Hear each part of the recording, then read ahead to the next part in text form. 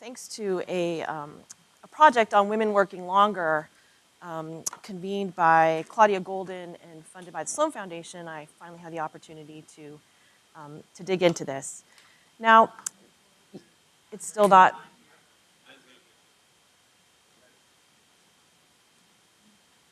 Okay, better? Yep. Getting better, getting better? Okay, so it's well known that, that married couples tend to reduce their labor supply around the same time, and we often call this joint retirement. But what's interesting about joint retirement is at the same calendar time in which a couple might retire or reduce labor supply, the husband and the wife are actually different ages, right? Women tend to be younger than their husbands, and it's also the case that the woman tends to have less lifetime labor force experience. Why? Well, women tend to marry older men. That is still true today, although to a less extent than it was before. And, of course, women have often had gaps in their careers due to caregiving. So often child caregiving in the earlier years, but in the latter part of the career, in midlife, increasingly, it's elder care that can induce these gaps. So what this implies then is that married men and married women are actually on different parts of the age earnings profile when they enter midlife. In fact, they might actually have differently shaped age earnings profiles. If that's the case, then the opportunity cost of retiring together, that is the kind of foregone earnings and returns to those earnings and to all the attendant Social Security and other pension benefits and savings, might actually be different for women than it is for men. So the hypothesis that I will test in this paper is very simple, and the paper is very, very simple. It's just that the economic return to additional work past midlife is higher for married women than it is for married men. And I'll look at two things. I'm going to look at earnings growth. I'm going to look at the incremental gain in Social Security benefit payments that emanates from that earnings growth. And then we'll look at these changes in these patterns across cohorts. So I take a sample of married women and men from the Health and Retirement Study. I'll take 4 birth cohorts, and these people are first observed in their early 50s, and then we follow them forward in time. I'm going to first just show you some descriptive pictures of the age employment patterns. Much of this will be familiar, but relevant for thinking about what the main part of the paper is, which is to estimate the shape of the age earnings profiles separately by sex and cohort. Okay. We'll use the longitudinal data structure, and importantly, I'll try to control for prior labor force attachment to address selection. But fundamentally, this is a descriptive exercise. Okay. And then we'll simulate changes in Social Security wealth if these individuals were to continue working from their early 50s until the early retirement age at age 62 and all the way up to age 70. Okay.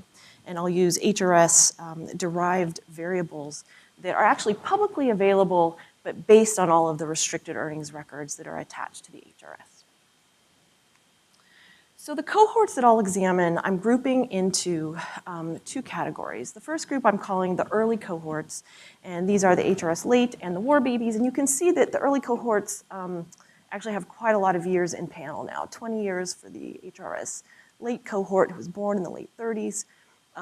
The war babies are now observed for 14 years. I'm going to use the data through 2012, so of course now you could even add on more years with the later cohorts. And then we have the boomer cohorts. I've got the early baby boom and the mid-baby boom. The mid-baby boom is observed only 2 years in panel, so when I talk about the boomers, just bear in mind that this is really kind of driven by the early baby boom born in 1948 to 53. But importantly, each of these groups enters the analysis at the same ages, right? They're observed 51 to 56 in all cases, just different calendar years. So organizing these data in kind of long form, we can observe the employment rates for men and women in these different cohorts at each age. And recall that the way the HRS is structured, the survey interviews respondents every 2 years, so the same person is contributing to the data at 51, 53, 55, and then different people are contributing at 52, 54, 56. So you get this sort of semi-synthetic age profile. in just the raw percents working full-time by age, okay? So again, this is what we see in the data, and of course, so I'm showing women in orange, I'm showing men in blue. The early cohorts will always be the dotted lines, the solid lines will refer to the boomer cohorts. So, of course, the percent working full-time by age, as is well known, is higher for married men than it is for married women. Among the women, notice that the employment rate is higher among the boomer women at every age, but this isn't the case for the boomer men. And the reason here, particularly as they pass through their early 50s, is that this cohort was affected by the Great Recession. Okay, and it looks like, in this picture at least, the men were hit harder than women. But in both cases, the percent working full-time does decline by age.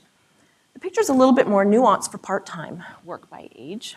And here you see that for women, the incidence of part-time work is roughly flat. It's a little bit noisy, but it hasn't changed a whole lot across cohorts. Now, for men, of course, part-time work rises with age. And this too hasn't changed very much by cohort, but comparing the incidence of part-time work from the early 50s all the way to age 64, you see that by the time men and women are 64, part-time rates are about the same. And that's been true across cohorts.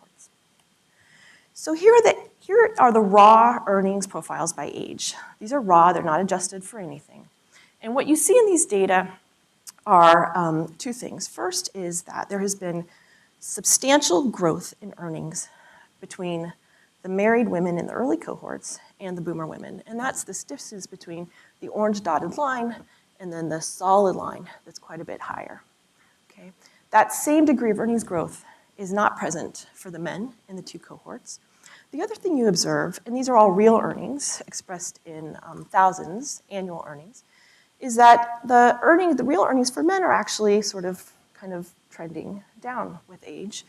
Not so much for women. It's a little hard to extract a very clear picture here by age, so we want to actually try to model the age earnings profiles, adjusting and accounting for the important other factors that help shape the profile. So before we get to that, just a couple facts to note that help us understand that growth in earnings among the women across the early and the boomer cohorts. The first is that the percent with a college degree has risen substantially. Among married women in the early cohorts, it was 19%. Among the boomer married women, it's 32%. Huge increase in college attainment. Lifetime number of years worked has increased just a bit. In part, I think, so some other analyses where you can actually get less of an extensive margin measure and where you're kind of getting into the proportion of years worked, you see bigger differences across cohorts, but a slight increase nonetheless in lifetime number of years worked. But notice that in both cases, the married women have fewer lifetime years worked than the married men, although that gap is narrowing now with the boomer cohorts. In fact, it's narrowed quite a bit. Earnings at baseline have also increased, consistent with that earlier picture, from 33,000 among the married women in the early cohorts to 44,000 at baseline, and this is like around age 53, in the married women in the boomer cohorts. Married men see a much smaller increase. This increase in earnings across cohorts is about 31% for women, whereas it's on the order of more like 10%, 7 to 10% for the married men. Okay, so quite a difference in the place these boomer cohorts kind of enter the position in which they enter their early 50s. It is also the case that husbands are still older than their wives. The average age difference has shrunk between the two cohort groups.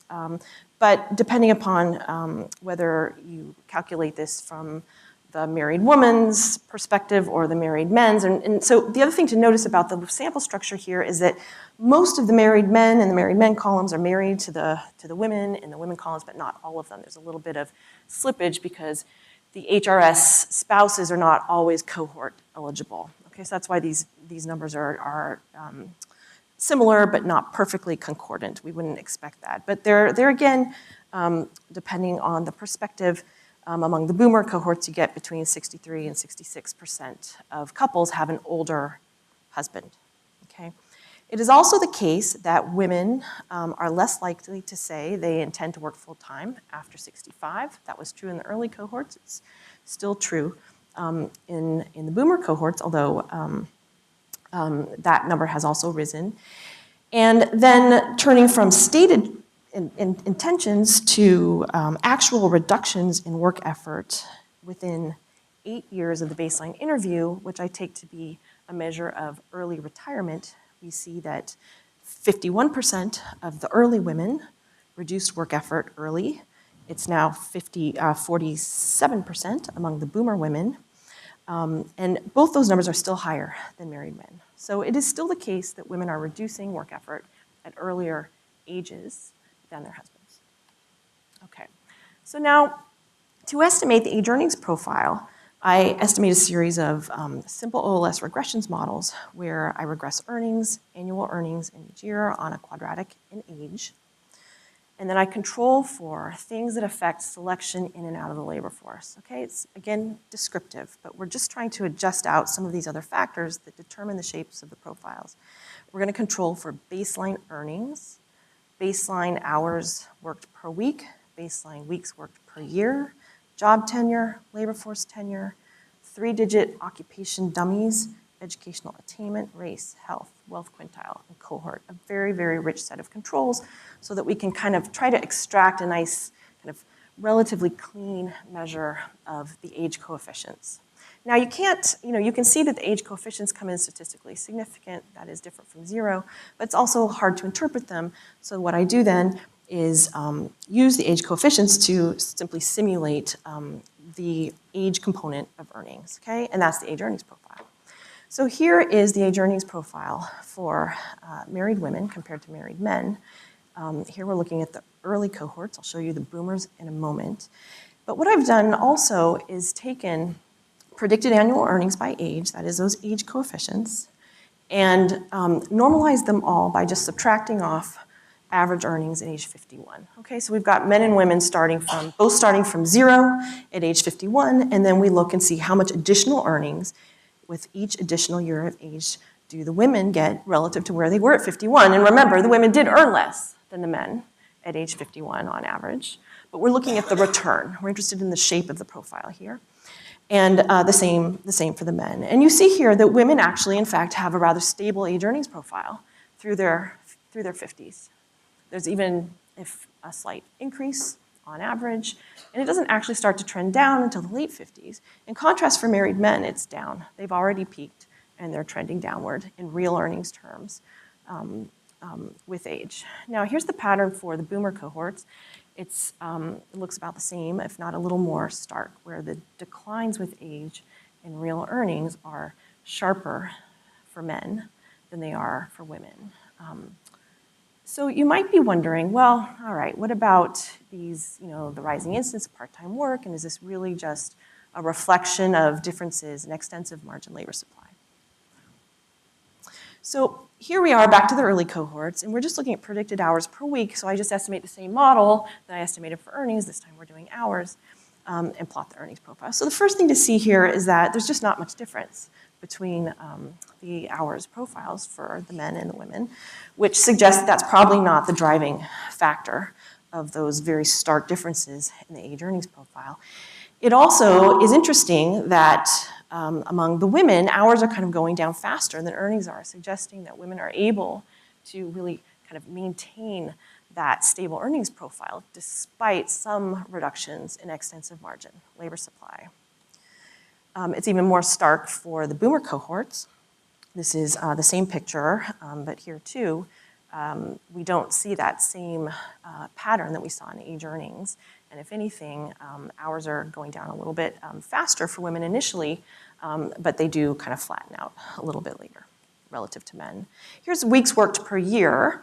And again, it's a very similar picture where we just don't see those stark differences that we saw in the age earnings profile. And if you look at the boomer cohorts, this is the early cohorts, you see that in fact, women are reducing weeks worked per year with age really at a faster rate than men. So again, they're achieving that stable earnings profile through their 50s despite some reductions in extensive labor market and extensive margin labor supply.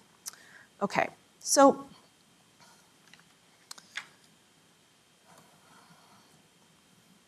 what does this all mean for Social Security wealth? Okay, now,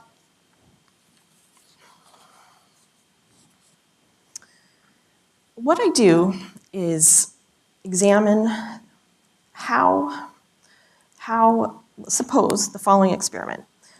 Take people in their early 50s, take their earnings at that point in time, and just project those earnings forward and ask, what would they get in Social Security benefits at age 62, at their full retirement age, and then at age 70, okay? And then compute Social Security wealth from that, okay? So it's a simulation, and if you can compute it, all you need to do is just observe somebody once at their baseline interview, and if you can, and of course you have to have the linked earnings records, but if you can compute it for one age, you can compute it for all of the other potential claiming ages here. So the way to look at these pictures is these are a balanced panel. And because we're working in Social Security wealth and not the benefit level, any differences you see in the curve aren't due to different rates of early claiming, right? These are all simulated, and because Social Security wealth is actuarially fair by claiming age, those differences are all washed out at the average, okay? And that's what we're doing, we're looking at the average. In fact, the only thing that can make these curves go up is additional earnings that increase the benefit, okay? And thus increase total lifetime Social Security wealth. And what you see here are many things. So for one, boomer women have more Social Security wealth at age 62 based on their earnings position when they entered the survey in their early 50s than early women. That's a difference at age 62. This is a potential claiming age. That's a difference of about 27% across cohorts.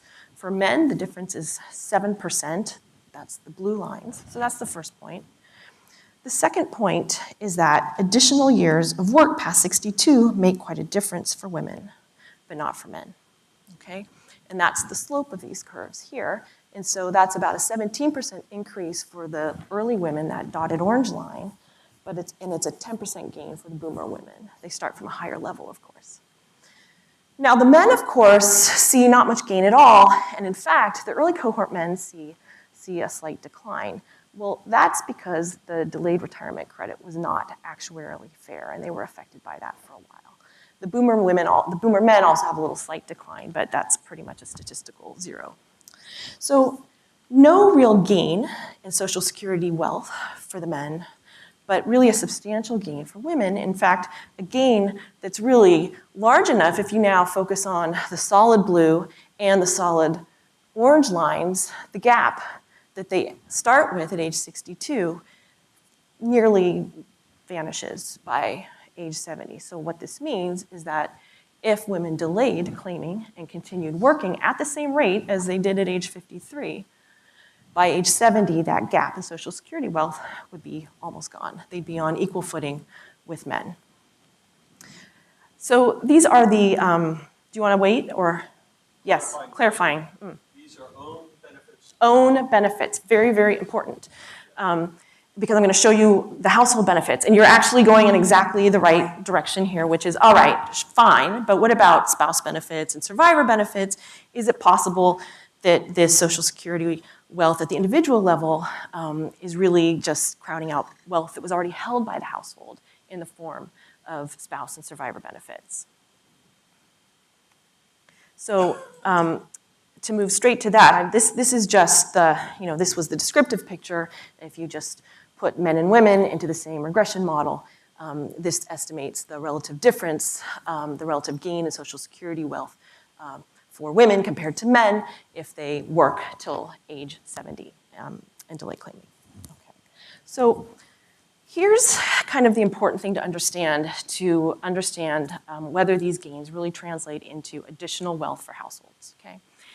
In the early cohort women, many, many, many more of them would have received or did receive a spouse benefit. In fact, nearly half, 44% of them, had a benefit entitlement that was less than half their husband's benefit. okay? And that made them receive half their husband's benefit, and that's called a spouse benefit under the Social Security rules. Among the boomer women, based on their earnings record up till their early 30s, and projecting them forward through age 62, only 15% would get a spouse benefit. And then further work beyond that reduces the percent who would get a spouse benefit to 11%, a further about 10% reduction. It's about the same across cohorts. So many, many fewer women are actually sort of in a position where the additional work, where they're so far below that 50% threshold that that additional work doesn't much matter because they were going to get a spouse benefit anyway. That's just not the case. And then I also do it for survivor benefits. So then I say, okay, let's take each cohort separately and let's regress household level Social Security wealth, where now we're accounting for the expected value of the spouse benefits and the survivor benefits. The same variables are all constructed in the same way, it's just one's a household concept now, and say, well, how much does an additional dollar of Social Security wealth, individual Social Security wealth from the wife, affect household Social Security wealth compared to an additional dollar that comes from the husband's individual wealth? So among the early cohorts, the additional dollar from the wife that was increasing only because of earnings increased household wealth by only 14.5 cents on the dollar. For men, that additional dollar increased household wealth by $1.32 because he got the full dollar plus the value of the spouse benefits and the survivor benefits. But now among the boomer cohorts, that's really changed quite remarkably, where the additional dollar coming from the wife's individually earned Social Security wealth increases household wealth now by 36 cents. The contribution of the husband's wealth is still higher, but it's no longer greater than 1. It's running about 87 cents. So a very substantial change. It suggests that these additional dollars in Social Security wealth that are coming from the additional labor supply, or the additional that could come from the potential labor supply of married women, would actually make a measurable difference. It would actually increase the total amount of resources available to the household. And then finally, I ask, okay, these gains seem significant enough to matter. Are people aware of them, and do they actually take them into account when making their decisions? And so what I did is I calculated the mean gain quartile for the married women and for the married men, and said, organize them by those with the smallest gains all the way up to those with the highest gains. And you can see here that quartile 1 has an average gain in Social Security wealth that's only about $1,000. That's not very much, whereas at the top, the average gain in Social Security wealth is $36,000. So that's far more substantial. And then I just simply computed within each quartile the percent who retired early. And you see almost no relationship at all. What we would expect to see would be that, if people were taking account of these substantial gains, that people who had a larger gain would be less likely to retire early. And thus you would see that the percent retiring early would tend to fall as we went up the curve.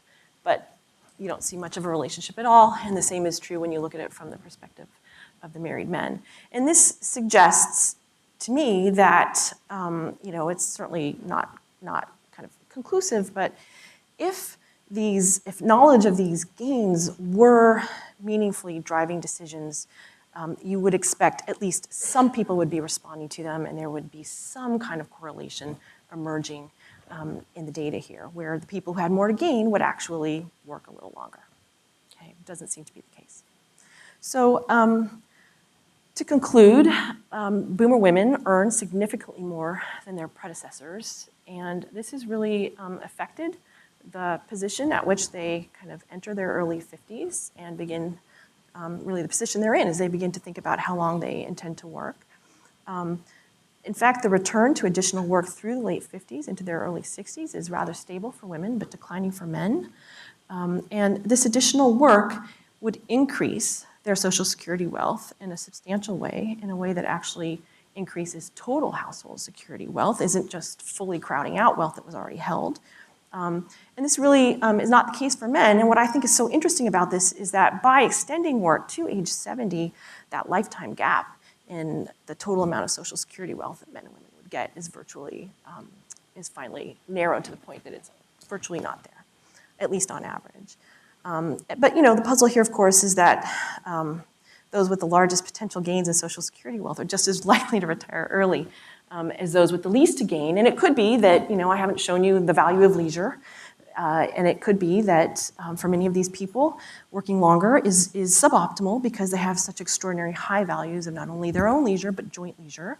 That's certainly possible here. But nonetheless, we expect there's heterogeneity in the valuations of joint leisure, and you'd expect something to kind of emerge from these raw cross-sections, and I find it interesting that it doesn't. And that's that. Thanks.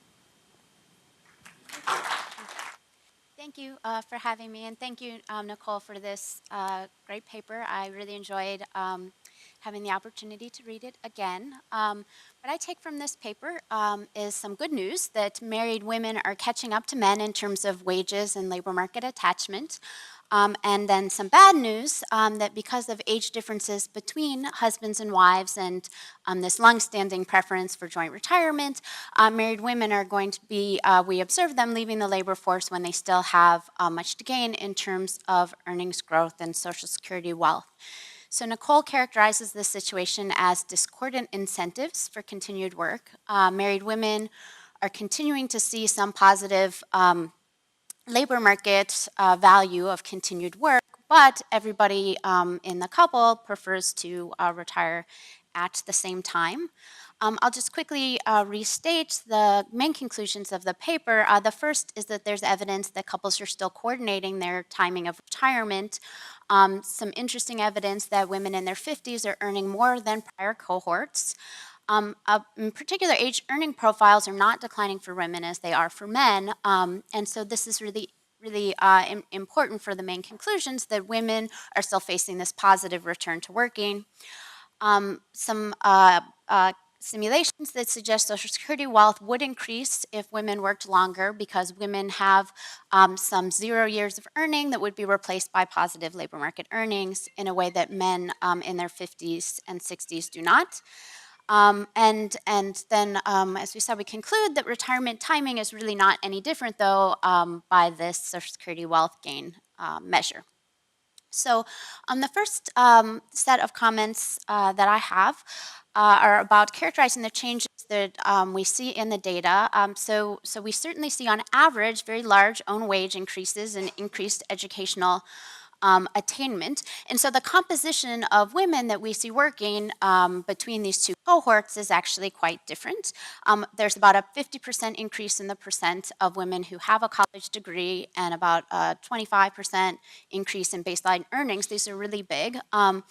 Earlier, other work has shown fewer career interruptions early in mid-career for women.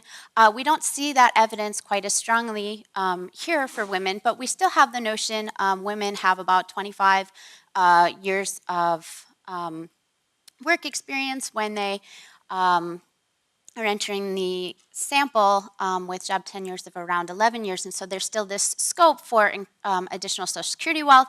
So women's rising return to work is really deriving from the wages, not as much the employment history, but the scope for Social Security wealth seems to be from that employment history. But what I would like to see maybe in future work, which might be difficult in the HRS, but maybe in other data sets, would be to understand a little bit more about what heterogeneity underlies these averages. So in particular, this increased educational attainment and occupational upgrading suggests that the composition could be skewed more towards women who have careers that look similar to men's. And so it left me wondering whether there were any groups of women who retire similarly to men, and whether all groups experienced sort of this general rise in labor force attachment, or was it just sort of a changing composition of women? So most prominently would be heterogeneity by education or by labor market attachment. I would also be interested to see the role of teaching. Maria Fitzpatrick has a nice paper in the same conference volume looking at how the decline of women in teaching changed retirement timing of women. Teachers tend to retire earlier because of pensions, and so a lot of these patterns that we observe are being driven by changes in not just occupational upgrading, but kind of changing of the type of occupations women are doing. I also was interested when thinking about these married couples, understanding how long that they had been married and whether or not some of these couples were second marriages, in which case the woman may be more likely to be earning Social Security on her own record. And finally, is there heterogeneity along other dimensions? Oh, sorry. Whether there's any heterogeneity by racial group or other such areas. The second set of comments I want to make is off of an observation I had. This is probably the first time I've ever read a paper and thought this. I wish Nicole had talked a little bit more about married men. But in the context of thinking about the couples, there's really some pretty interesting findings for men here, probably driven by the timing of the Great Recession. We saw similar, just very small increases in educational attainment and modest growth in wages, but somewhat larger changes in the years worked and job tenures, and not on this slide, but Nicole showed us this graph about part-time work really increasing for men. And so what this suggests to me is the potential for different types of retirement between the couples. And in particular, our couples coordinating decisions in after career. So now not just going from 2 career jobs to 2 people not working, but maybe second careers or self-employment that is happening in later life. So we see that women's own labor earnings are increasing, men's married labor market activity is falling somewhat. And so we can conclude for this that men are not as often working for 2, that each of the members of the couple are both having some substantive labor market experience. And so is this enabling the men to take on more risks or to go into self-employment in a situation where they can access the benefits from their spouse? And so I was interested to know whether this sort of pattern could be observed in the HRS. Is there some evidence of wives working longer to retain benefits while husbands enter self-employment? And certainly anecdotally, we hear some evidence of this, which brings me to my third set of comments, which is thinking a little bit more about what we're calling leisure here. So we know that couples are retiring at the same time, but we sort of use this classic model of consumption versus leisure. And so most of the paper is about consumption, the return to work, and how much people are earning or can earn and how much their pension is. But maybe there's a change in what we should think about when we think about joint leisure. And in particular, I think there's been a growing role for health insurance and health care access and caregiving. We have this aging population, but health insurance has become much more expensive for individuals. So also in this conference volume, and Kathleen presented a paper here last year on this, caregiving has become very important for these older women, both for parental care, but also for spousal care. And so what we might observe is 2 people retiring at the same time is actually one member of the couple having a health shock and the other member reducing labor supply in order to care for them. Obviously you can't really look at this yet in the HRS, but it would be very interesting looking into the future about how the Affordable Care Act might change this if this turns out to be an important piece. So in summary, couples are still coordinating their retirement decisions despite this growing labor market attachment of married women. I would like to know if this is true for all married women and how much can be explained by healthcare needs. Nicole concludes this paper with some very striking findings, I think, that women aren't responding to Social Security wealth. It is pretty difficult, I think, to characterize the Social Security wealth of women, of couples. There's a nice paper that just came out in the Journal of Human Resources that shows that husbands respond to their own Social Security wealth incentives, but not their wives' spousal or survivor benefits. This may be just a very complicated equation for people to understand, but it left me kind of thinking whether this this new type of information that Nicole is bringing forward might cause us to revisit a very old debate about how Social Security spousal and survivor benefits are calculated, and maybe we ought to rethink this in the new context of women's increased labor market attachment. So I'll just conclude with the final thing that I would like to see Nicole or see come out of this work is a better understanding of the welfare implications of women not maximizing earnings on their own record. Is this a story about women needing more financial education so that they understand their own incentives? Does this teach us something about how we want to think about retirement, that really joint retirement is becoming much more important as women are working longer, or less important? How do we think about access to affordable health care and the changes that that has on retirement timing? And finally, if it is the case that couples aren't maximizing based on a woman's own financial security, if women are living longer, what does that mean about financial security in much later life for women? And do we have something to worry about for that, with men retiring earlier and maybe not taking the maximum Social Security wealth that would guarantee a high survivor benefit for a spouse? So thank you. That's my comments.